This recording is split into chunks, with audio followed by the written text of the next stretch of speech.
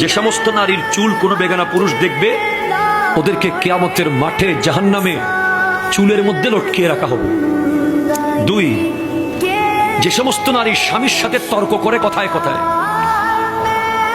বাক বিতান্ডে জড়িয়ে যায়, কথায় কথায় জবাব দেয়, স্বামীর মনে আঘাত দেয়, তাদের জিহ্বার মধ্যে লটকিয়ে রাখা হবে। যে সমস্ত নারী পরকীয়া সম্পর্কে লিপ্ত এবং বিয়ের আগে বিবাহ বহির্ভূত প্রেমে লিপ্ত, এ সমস্ত নারীদের বুকের দুধের স্তরের মধ্যে প্যারাক মেরে লটকিয়ে রাখা হবে জাহান্নামে। নাউজুবিল্লাহ। 4, যে সমস্ত নারী উপকার করে খোঁটা দেয়, তাদের শাস্তি হলো তাদের মুখ দিয়ে বিভিন্ন অঙ্গ দিয়ে আগুন বের হবে। 5, যে সমস্ত নারী ভালোভাবে পবিত্র হয় না, নামাজ নিয়ে হেও করে, ঠাট্টা করে, ওদের মাথা হবে কুকুরের মতো, গা হয়ে যাবে গাধার মতো।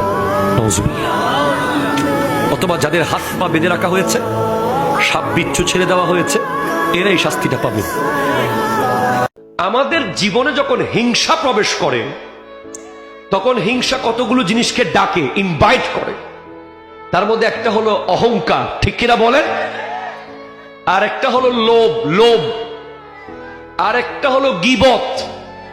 আপনার ভিতরে যদি হিংসা থাকে যার্রা পরিমাণ, আপনার ভিতরে অহংকার চলে আসবে, আপনার মধ্যে গীবত চলে আসবে, আপনার মধ্যে লোভ চলে আসবে।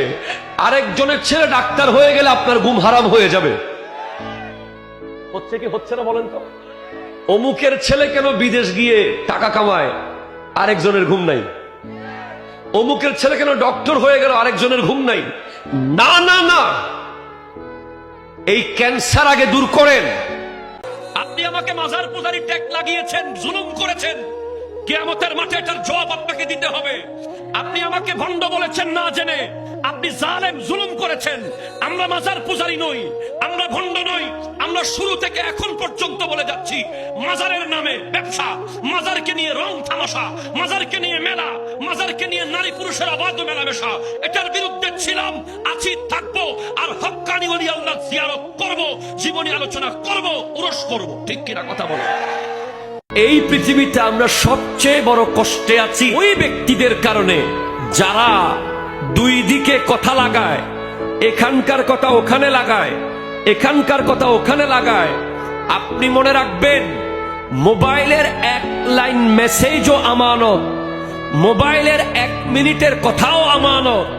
আপনি কারো কথা 1 মিনিট রেকর্ড করে তার অনুমতি ছাড়া অন্য কাউকে যদি শোনান, আপনি আমানতের খেয়ানত করেছেন। আপনি হোয়াটসঅ্যাপের একটা ভয়েস রেকর্ড মেসেজ কাউকে ফরওয়ার্ড করে দিয়েছেন, আপনি আমানতের খেয়ানত করেছেন।